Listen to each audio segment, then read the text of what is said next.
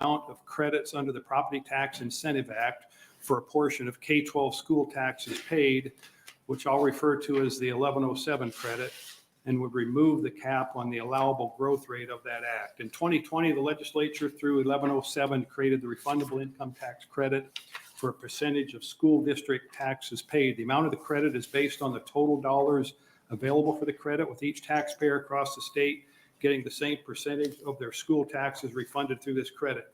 Initially, $125 million was allocated to the 1107 credit, but it began to grow dramatically through the formula we put in place.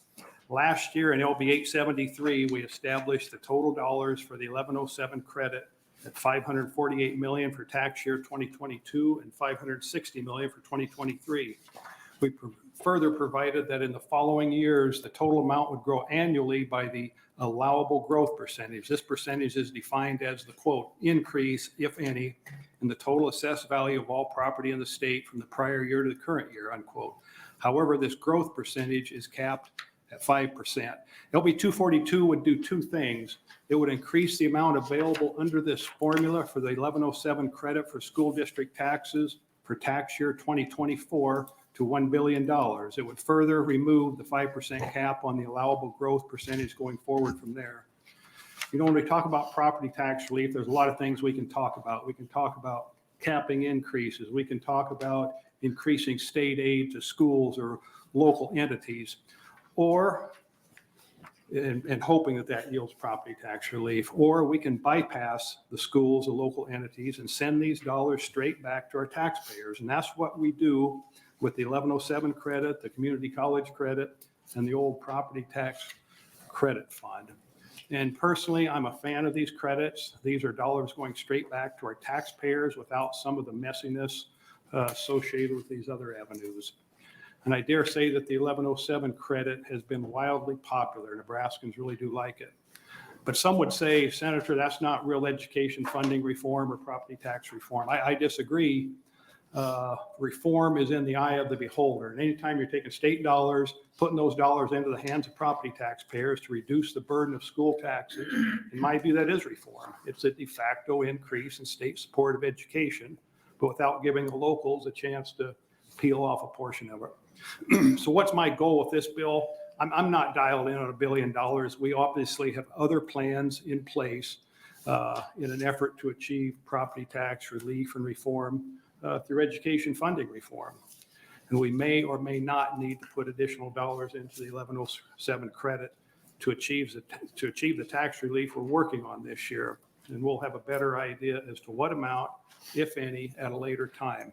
But I do submit it's important to remove the cap. The cap artificially limits the effectiveness of this mechanism, especially if a highly inflationary environment persists. As you can see from, I think we have a handout that was distributed. And as you can see from that handout, if you have the right one there, valuation increases have averaged about 5.3% per year for the last 10 years, but they are variable. Because of this variability, the cap would have come into play, I believe, 4 out of 10 years. But we need to recognize that even in those years when values are stagnant, property taxes are likely increasing. To counteract this and protect our taxpayers, we need to be driving up this credit, the full amount of the valuation increase in those years in which valuations exceed 5%. At the end of the day, I believe it's important to remove this cap to help protect our property taxpayers. And as far as added dollars into this fund as the bill proposes, we'll just likely have to see how the session plays out. And with that, I'd welcome any questions. Thank you, Senator Briese. Are there questions from the committee? Seeing none, thank you very much. Thank you. Are there proponents?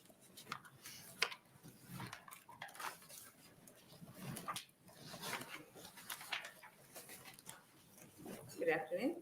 Good afternoon. Good afternoon, Chair Linehan and members of the Revenue Committee. My name is Jacy Schaefer, Jacyschaffer. I'm the Vice President of Government Affairs for Nebraska Cattlemen, and I'm here today to share the cattlemen's perspective regarding LB 242. It is of the utmost importance to Nebraska cattlemen and others in agriculture to bring balance to the tax burden of landowners. This is a message that we've shared with many of you on this committee for your entire tenure in the legislature and will continue to share until ultimate reform and balance are achieved. I want to re-emphasize that Nebraska Cattlemen members are very appreciative of the property tax relief which this committee has worked to provide to all Nebraska property taxpayers via the Property Tax Credit Fund and the LB 1107 refundable income tax credits. We support LB 242 because it continues the instrumental work this committee has done by adding an additional estimated $449 million to the pot by fiscal year 2026-27. This growth continues to translate to real and substantial property tax relief for all Nebraska property tax owners and would also support the removal of the 5% allowable growth cap that the fund may grow as valuations increase.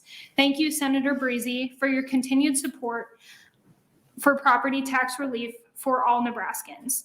LB 242 is another good step towards reform and equality in the way landowners pay for education. For those reasons, we support this bill and ask the committee to advance 242 out of committee. Thank you for the opportunity to testify, and I'd be happy to answer any questions. Thank you, Ms. Schaefer. Any questions from the committee?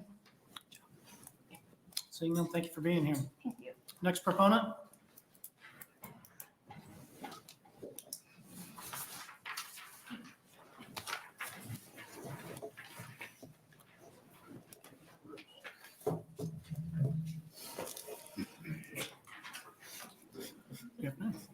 Good afternoon, Vice Chair Von Gellern, distinguished members of the Revenue Committee. My name is John Cannon, Joncannon. I'm the Executive Director of the Nebraska Association of County Officials, also known as NACO, here to testify today in support of LB 242. I first have to thank Senator Briese for bringing this. I've known and worked with him for several years now. I know him to be a deep thinker about property tax policy in particular, but tax policy in general, which is why he has a natural seat on this committee, of course. I do want to start by saying that LB 1107 was a terrific bill. We certainly liked it at NACO when it came up on the floor of the legislature through an amendment. I recall, those of you who remember my predecessor, Larry Dix, I will tell you that he had told me that this is such a great bill. You might not have to talk about property taxes for the next 4 or 5 years. Well, the joke's on him. And if he's watching, I'm probably going to hear about this. One of the things that we liked about LB 1107 is that this was based on taxes paid. The property tax credit fund that we still administer as well, that is a value-based property tax credit. So really it's going to affect different parts of the state differently. But I think the fact that they complement each other is something that is all to the good. What I'm handing out to you is a standard on property tax policy from the International Association of Assessing Officers, also known as the IAAO. They're essentially a group that creates standards for policy, for mass appraisal, for all the sorts of things that we talk about when we're talking about property taxes. And they have these technical standards that they publish. And the one I have here is the standard on property tax policy. And I would like to quote, and I've got a tab for each of you. It's on page 28 in section 7.2.5. Second paragraph, property tax credits generally are most efficient and feasible when they are administered through a state or local income tax program. And it talks about how they can be cumbersome, but I think overall the efficiency is something that I think is outweighed by the fact that it's such a good mechanism for delivering property tax relief to our folks. I don't have much else to say other than IAAO is a terrific organization. They have a lot of educational programs. I certainly encourage anyone and everyone that's here in the committee or listening or watching to avail themselves of the educational opportunities they provide, such as IAAO 101 or 300, which are fundamentals of property tax policy. With that, I'd be happy to take any questions you might have. Thank you, Mr. Cannon. Any questions from the committee? Seeing none, thank you again. Thank you. Next proponent, please.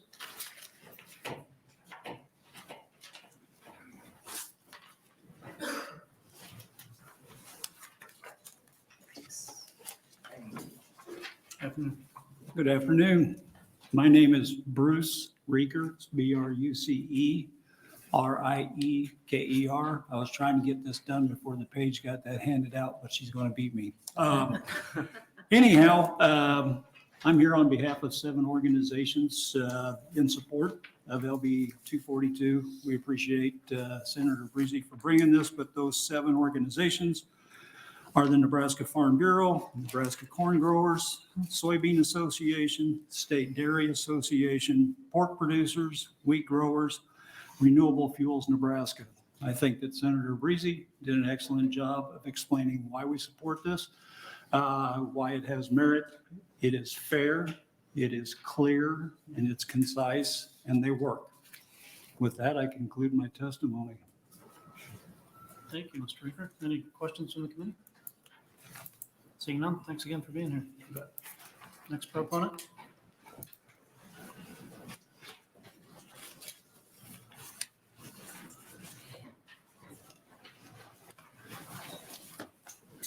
Afternoon. Good afternoon, Vice Chair Von Gillern. My name is Ryan McIntosh, MCINTOSH, and I appear today as a registered lobbyist on behalf of the National Federation of Independent Business. I've also signed in to express support for both LB 243 and LB 244. The small business owner members of NFIB support and appreciate the significant property tax relief provided by the legislature in recent years through the creation and expansion of the Property Tax Credit Relief Fund and the Nebraska Property Tax Incentive Act. The fact that the amount available under the Nebraska Property Tax Incentive Act has exceeded expectations and has been a welcome relief for small business owners across the state. However, the underlying property taxes continue to rise, most generally due to increasing property tax valuations. LB 242, 243, and 244 each provide additional property tax relief to Nebraska taxpayers in one form or another, and are all supported by NFIB's small business owner members. We encourage the legislature to continue to allow taxpayers to be beneficiaries of the state's current economic conditions by providing additional property tax relief to taxpayers. For those reasons, we respectfully support LB 242, 243, and 244. Thank you. Thank you. Any questions from the committee? Thank you, Mr. McIntosh. Next proponent, please.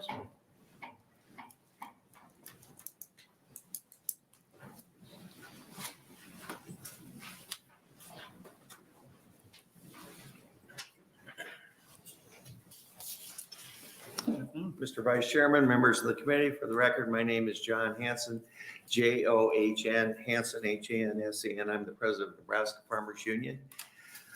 We have tried LB 1107. It has worked. It merits additional support. We are in support of LB 242 for all the reasons that have already been stated. And it certainly, as this session rolls on, it puts a good option on the table, depending on how things turn out. It's always good to have a backup plan or at least more options. And so this is a tried and proven approach. It works. And we are in support of the mechanism that we already have and an expansion of it in order to do even more, especially at a point in time where we have the available financial resources to provide additional property tax relief. So with that, I'll close my testimony and be glad to answer any questions. Good. Any questions from the committee? Seeing none, thank you for being here, Mr. Hanson. Thank you. Any other proponents? Any opponents?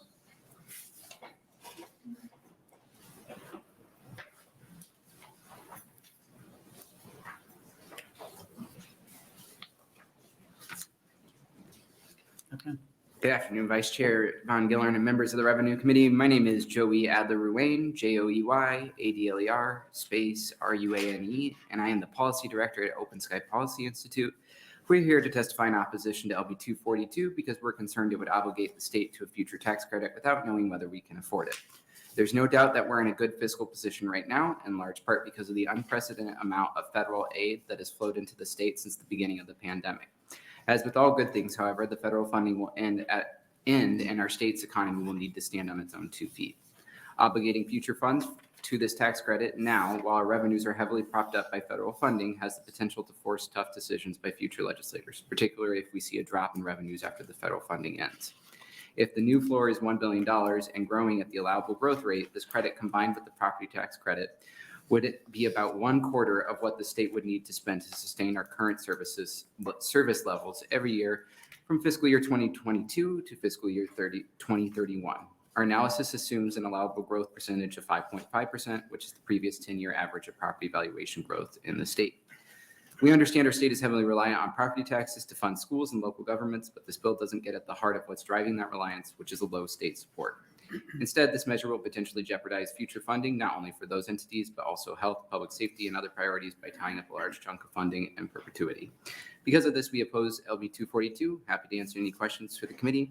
And the handout, I just wanted to give you an example of what $1 billion looks like in person. I'd like to see that. Any questions from the committee? In Senator Linehan's absence, I feel obligated to ask you if you know what the reserves will be in the budget even after if this bill should pass. Yeah, I think we're still trying to figure out with everything going on, and it would be dependent on what the Appropriations Committee puts in the budget and doesn't put out. Okay. So, Based on the governor's budget, it's over $2 billion, correct? based on his budget, yeah. Okay, thank you. Thank you. Any other questions? Thank you. Thank you. Appreciate it. Any other opponents? Any neutral testimonies on 242?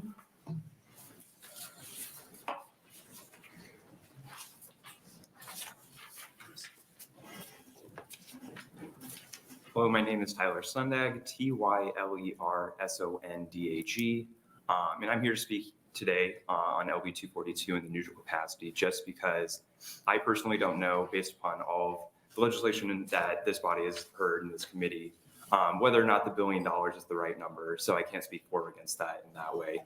But I'll make it quick and short. I think that removing 5% cap seems to make sense and seems to be in the spirit of the law, where if you're going to give a tax break based on property taxes, that continues regardless of how much or little property taxes go up or down. There you go. That's all I have. Thank you. Any questions from the committee? Thank you for being here today. Any other neutral testimony? Seeing none, are there any letters? Yes, there's one opponent, no opponents, and no neutral. Okay, thank you. Senator Briese, if you'd like to close. Thank you, Vice Chair Von Gillard. I don't really have a close, but I'd just be happy to answer any questions if there are any at this point. Otherwise, we'll move on to the next one. Senator Duncan. Thank you, Vice Chair Von Gillard, and thank you, Senator Briese. I'll ask you this question, I guess, now. It kind of pertains to all three, and it's kind of a general question that I have, just planning out for the future. So we heard Senator Von Gillard's question regarding the cash reserve and how much is going to be left in there. And I know the budget office came and testified a bit last week about projections in the future. Question I'd asked earlier that I don't know if anybody knew the answer to. Do we know whether or not the projections for the governor's budget take into account all of the proposed property tax reductions that are up this year? As far as I know, I think his projections take into account probably those items that are in his package. But I'm kind of speculating on that. It doesn't take into account this. This proposal here, we wouldn't go down this road in addition to the governor's package. Not in this amount anyway. You know, if there's some extra dollars, yeah, we'll shove it in here. I'd like to shove some in here, but you know, the $1 billion, that's an ask if things don't work out on whatever the other plans we're proposing. So it wouldn't necessarily compound on that. It's sort of an either or kind of thing. To the extent it's $1 billion, I would suggest it would be an either or, yes. Oh, thank you. I appreciate that. Any other questions? I just have one, Senator Briese. There was at the end of the last fiscal year, there was this pretty substantial balance left in this fund. Do we feel pretty confident that people are learning? We talked about this before. I think the tax systems, the online tax systems have discovered it and kind of baked it in. Are we pretty confident now that people know about this? They're going to collect it, or are we going to continue to see surpluses left in that fund? No, that's a great question. And I maintain that that's a problem that's going to resolve itself as more people become aware of this. And as the fund grows and it becomes, you know, more valuable to just everyday taxpayers, I think it'll be incumbent on everyday taxpayers and most every Nebraskan to claim this. Personally, I think it's a problem that's going to resolve itself. Okay, good, thank you. Any other questions from the committee? Seeing none, thank you. And we'll close our testimony on 242. We'll move to 243. Good afternoon. Thank you again, Vice Chair Von Gillard and members of the committee. I'm Tom Briese, Tombrise. and I represent District 41. I'm here to present LB 243. This bill would increase the statutory minimum amount distributed annually through the property tax credit fund and would place an escalator in statute that would grow that statutory minimum. Note that the last hearing dealt with the 1107 refundable income tax credit for K-12 taxes paid. LB 243, this bill, deals with what I would consider the original property tax credit fund created under the Property Tax Credit Act, which was passed in 2007. Under this act, the amount available for relief is distributed to each county based on their proportional share of all real property. The county treasurer shall then, quote, allocate the remaining receipts to each taxing unit based on its share of the credits granted to all taxpayers in the taxing unit, unquote. So it is distributed based on valuations. And I note that ag land and horticultural land is valued at 120% of actual value for this distribution. And it is a credit that is simply deducted from your property tax bill. The statutory minimum amount to be disbursed is $275 million annually. That statutory provision was included in LB 1107, but currently the appropriation to this fund for the current year is $310 million. And I would note that by statute, other dollars intended for the property tax credit fund, such as the gambling dollars, are in addition to the statutory minimum. And so what's my intent with this bill? I think twofold. We need to set the statutory minimum at whatever amount we land on for the next biennium. And currently the governor is recommending an appropriation of $360 million for 23-24 and $395 million for 24-25. And again, that is an appropriation not locked in by statute, but in my opinion, it should be. It will help protect against the unhelpful whims of any future appropriation committee, and perhaps more importantly, ensure that the gambling dollars will be in addition to that amount, and that an appropriation is not reduced because of an influx of gambling dollars.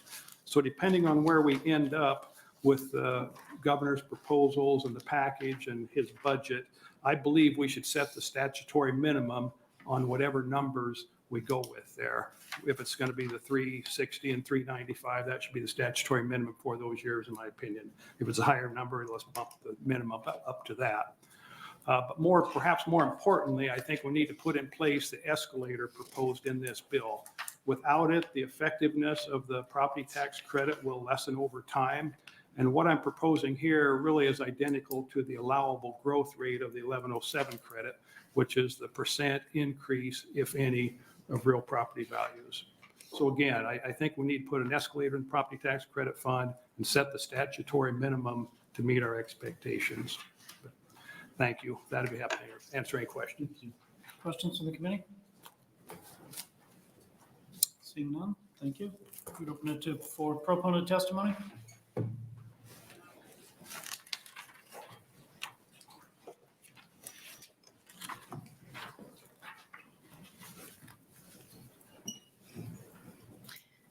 Good afternoon, Chair Linehan and members of the Revenue Committee. For the record, my name is J.C. Schaefer, J-A-C-Y-S-C-H-A-F-E-R. I'm the Vice President of Government Affairs for Nebraska Cattlemen, and I'm here to share the cattlemen's perspective on 243. Nebraska Cattlemen appreciates the continued effort by Senator Briese and this committee to relieve heavy burden of property taxes on property taxpayers across Nebraska. LB 243 is a continued step in the right direction to reach ultimate reform. Increasing the property tax credit fund from $275 million to $700 million combined with the previous bill would result in substantial relief to taxpayers across our great state. We are in support of requiring the Property Tax Credit Act to grow equal to the increase of assessed values of real property. Thank you, Senator Briese, for being a champion on supporting property tax relief for all Nebraskans. LB 243 is another step towards reform and equality in the way that landowners pay for education. For those reasons, we support this bill and ask this committee to advance LB 243 out of committee. Thank you for the opportunity to show our support, and I'd be happy to answer any questions. Thank you very much. Are there questions from the committee? Seeing none? It's not. Thank you for being here. Are there other proponents?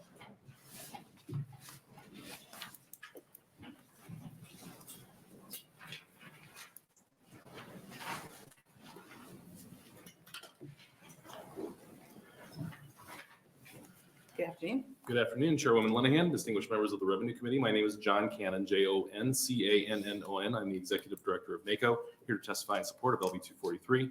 Again, I would like to thank Senator Briese for introducing this bill. We think that direct property tax credits are one of the best ways we can provide property tax relief to our residents. We certainly understand the need to provide that sort of relief to the citizens of the state. I would primarily incorporate by reference my testimony on LB 242. Suffice to say that the information I put in front of you seems to echo the sentiment that direct property tax credits are a great way to go. As I had sort of mentioned on the prior bill, this is a good complement for what we had done in LB 1107. You get more bang for your buck in those high value, low levy jurisdictions. And so if you have a county where you've got high values, such as maybe a Cumming County, when they have a very low levy, you're certainly going to see a tremendous amount of relief. And again, by virtue of how economics and property taxes and levies work throughout various corners of the state, having that complementary property tax credit system is all to the good, we think. We certainly urge your support for LB 243, and I would be happy to take any questions you might have. Thank you, Mr. Cannon. Other questions for Mr. Cannon? Seeing none, thank you very much. Thank you.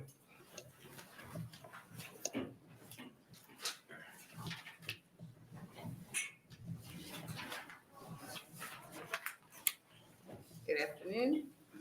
Good afternoon. Members of the committee, my name is Bruce Rieker, it's Brucerieker. I'm the Senior Director of Legislative Affairs for Nebraska Farm Bureau. Here on behalf of Farm Bureau and 6 other ag organizations, the Corn Growers, Soybean Association, Dairy Association, Pork Producers, Wheat Growers, Renewable Fuels, Nebraska, in support of 243.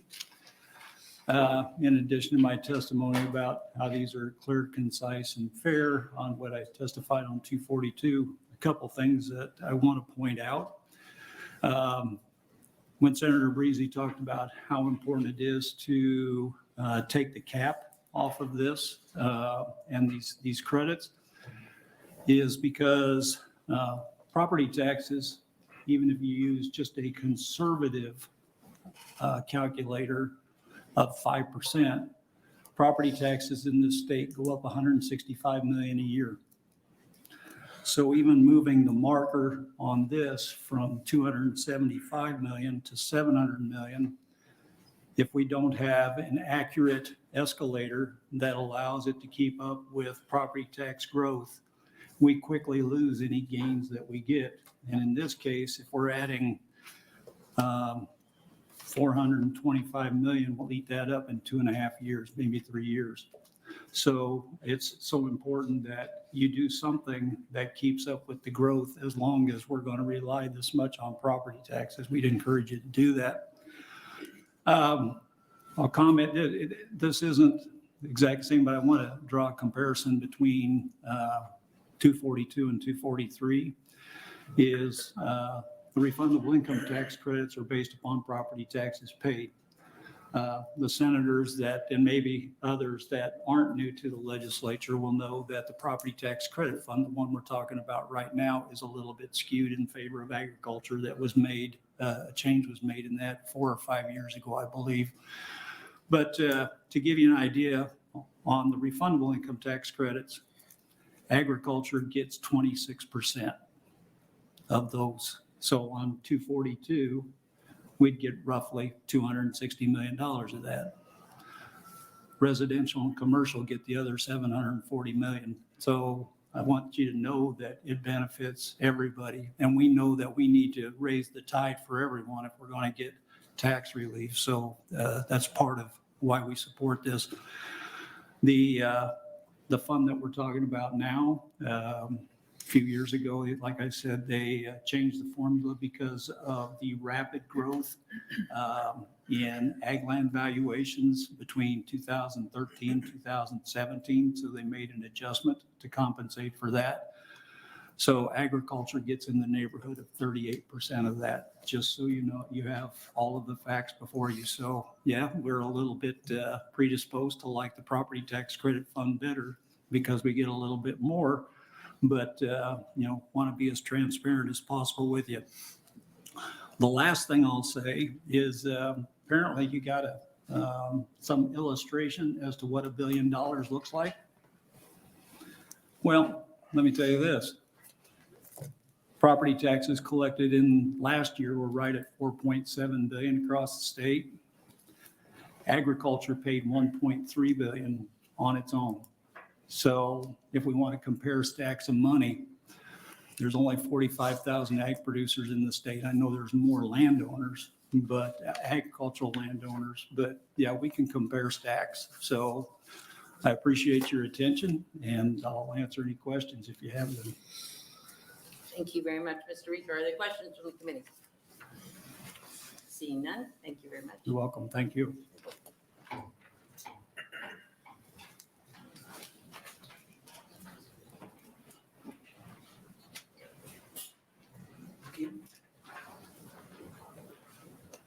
Good afternoon. Madam Chairwoman, members of the committee, good afternoon again. For the record, my name is John Hansen, John Hansen, Hansen, and I'm the president of Nebraska Farmers Union. And I think all of the points that I might have made have been made. Scott Bruce did a nice job of laying out sort of the summary and the difference between the two different packages. And I want to thank the committee for their work in the last number of years. We've made a lot of progress on property tax relief. We still have more work to do, but we appreciate the efforts that have been made. And for folks that are trying to get started in agriculture, we need to send them positive signals that we get it, that ag is at a place in our state compared to other states that makes us a tougher state to begin farming in and continue farming in. But the state recognizes it and is making positive efforts to do something about it. So we appreciate all of those things. And would thank Senator Briese for bringing this bill as well. And with that, I would end my testimony and answer any questions if I could. Thank you very much, Mr. Hanson. Are there questions from the committee? Seeing none, thank you very Thank much you. for being here. Are there proponents? Are there any other proponents?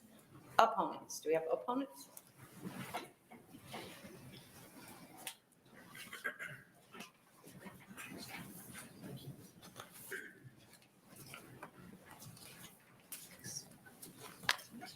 Afternoon again. Jane? Chairperson Linehan, members of the Revenue Committee. My name is Joey Adler-Ruane, Joey, ADLER, space, excuse me, RUANE, and I am the Policy Director at Open Sky Policy Institute. We're here to testify in opposition to 243 because we're concerned it would obligate the state to a future tax credit without knowing whether we can afford it. That's basically the same testimony that I just gave, but I wanted to just point out that we did a little bit of an analysis on what the average at 5.5 increase each year would look like, and I wanted to bring that to your attention. And I would be happy to answer any questions that we haven't already answered. Thank you. Are there any questions from the committee? So your chart is to show us how much it would cost. You're not arguing that property values, ag, residential, and commercial have gone up 5.5%. No. You agree they've gone up? Yeah, we just wanted to show you what the average would be if we were to do it on that aspect. Okay. All right. Any other questions? Thank you very much for being here. Thank you. Are there any other opponents? Is anyone wanting to testify in a neutral position? Senator Briese, would you like to close? We did have letters. Oh, I'm sorry, your eye. Are they the blue ones? Yes. So for the last, It was one opponent, no opponents, no neutrals. there you go. Yeah, and I don't really have anything to add to what's been talked about here. And I want to thank the testifiers for coming in today. And Mr. Reeker did make an excellent point there. Property tax credit fund based on values tends to be more ag friendly than the other one, can be rural Nebraska friendly depending upon your levy out there.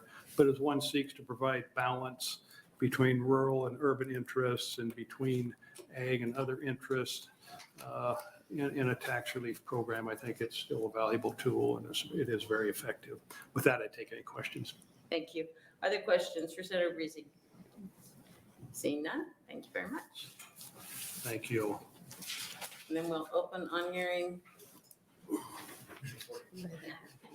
244.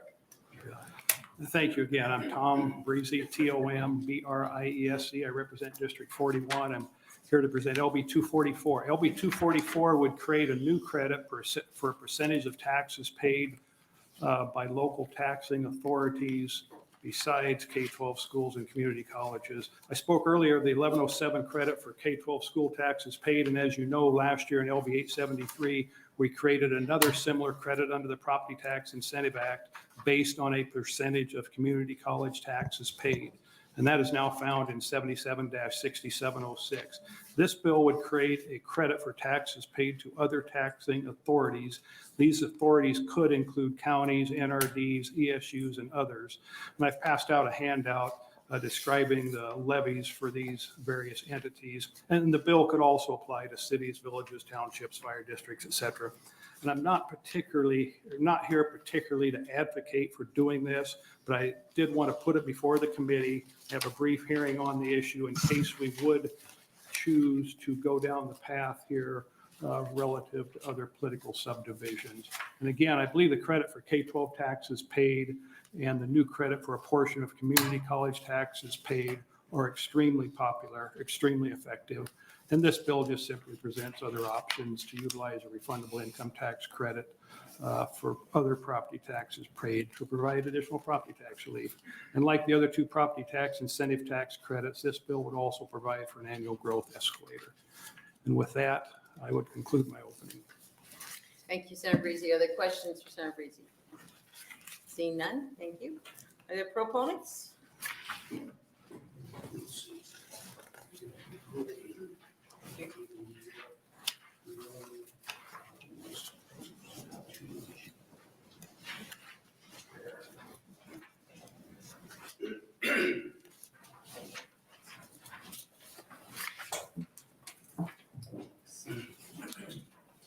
Good afternoon.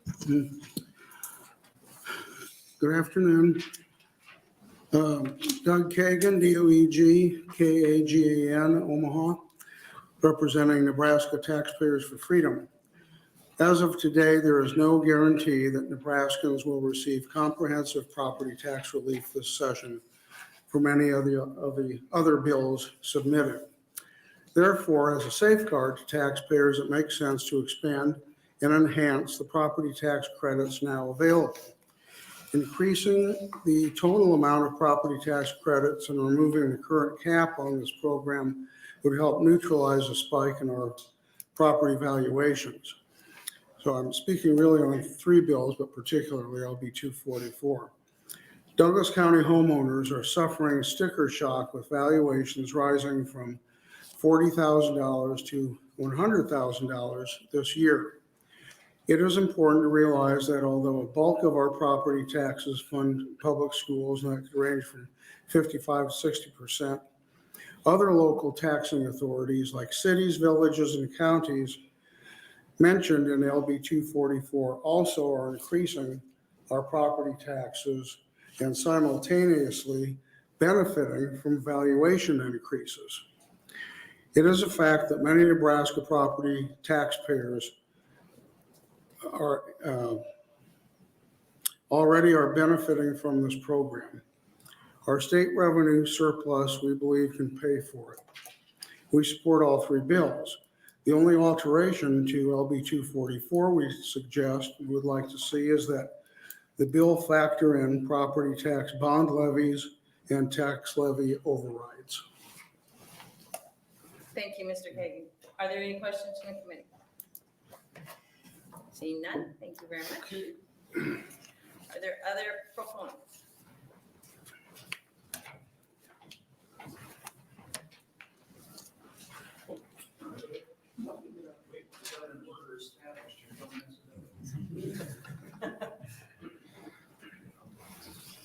Good afternoon. Good afternoon, Chairwoman Lenahan, distinguished members of the Revenue Committee. My name is John Cannon, Joncannon. I'm the Executive Director of NACO, here to testify today in support of LB 244. Again, thank you, Senator Briese, for bringing this before us. This is a tax package that we've been in favor of for a long, long time. Senator Lenahan, you weren't here when I mentioned that my predecessor, Larry Dix, had told me that when you passed 1107 a couple of years ago, it was a great accomplishment. He said, you won't have to talk about property taxes for several years after this. Yet here we are. But I'll incorporate by reference my testimony from prior bills from LB 242. I do want to mention that this is one of the things that we believe in at NACO. A number of our treasurers across the state, they have something on their counter to remind people to take advantage of the LB 1107 credit, even though it's something that's on their income tax form. We've had a number of people that feel questions and they've tried to educate themselves as best they can. In short, we think this is a valuable program, and we certainly urge your support of this bill, and I'd be happy to take any questions you might have. Thank you. Are there any questions from the committee? Seeing none, thank you, Mr. Cannon. Thank you very much. Next proponent.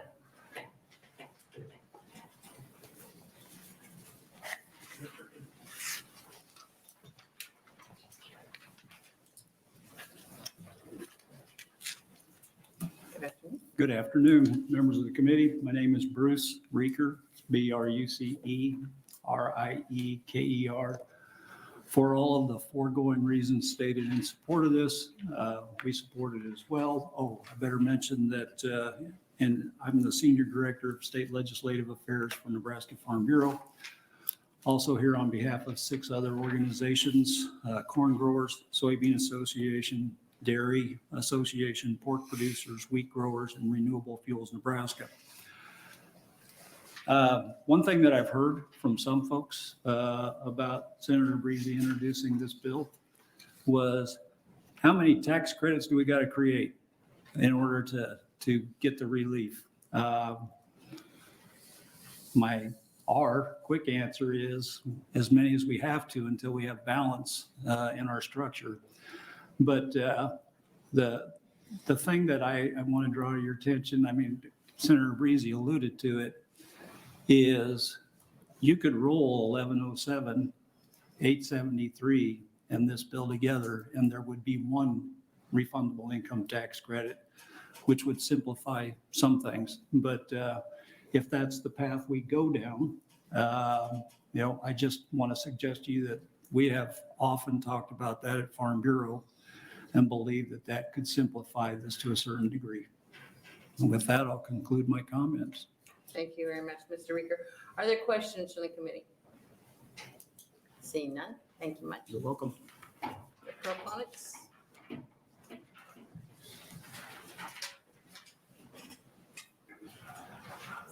Good afternoon. Good afternoon. My name is Dennis Slice, it's spelled Dennis. Last name is Schleis. And I live in Omaha. My family supports all 3 bills because the valuation of our house keeps going up and up and up, no relief in sight. We do take advantage of the property tax credit now, but much of it is neutralized by the constant increase in my house valuation. The expansion of these tax credits would help take the edge off my higher valuations. I know there are several bills in the legislature to give homeowners property tax relief, but these 3 I know will offer a steady, reliable source of relief for my family. Thank you. Thank you very much, Mr. Slice. Are there questions from the committee? Seeing none, thank you for being here.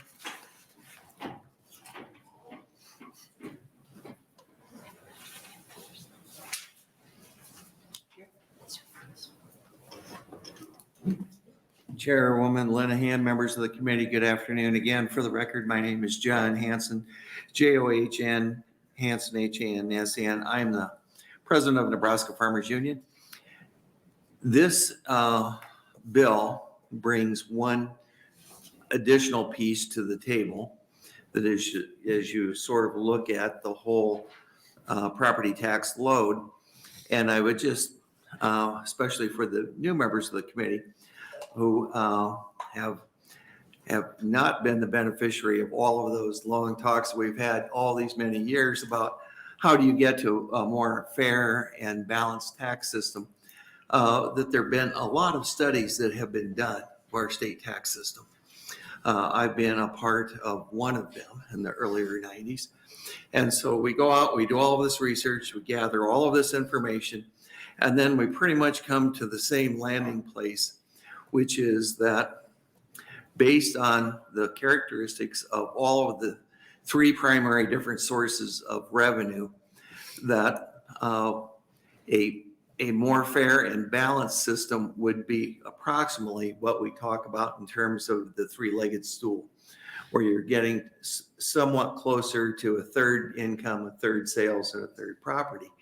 And so all of those studies that we've done previously, going back to the Syracuse study and others, is that we get to the place where we shake our heads and say, gee, we have altogether too much reliance on property. And of all the three different sources of revenue, property is the one that least reflects the ability to pay. And so there is a need to come up with a more fair, based on the ability to pay system. And so citizens also, these studies have all concluded also that citizens view the load that not only that they bear, but their neighbor bears as a part of their own perception of whether or not they think they're overtaxed and whether or not the system is fair. And so I applaud Senator Briese for bringing this to the table. I think combining the different sources that Bruce Rieger suggested is a good idea. But I think that based on our organization's policy, which has long supported some sort of semblance of a third, that we are in support of this bill because it does help us have that additional option if we would care to pursue it in order to try to bring our system more into balance. And so with that, thank you kindly for your attention and all of your past efforts. And I'll be glad to answer any questions if I could. Thank you, Mr. Henson. Are there any questions from the committee? Seeing none, thank you very much. Thank you. Are there other proponents? Are there any opponents?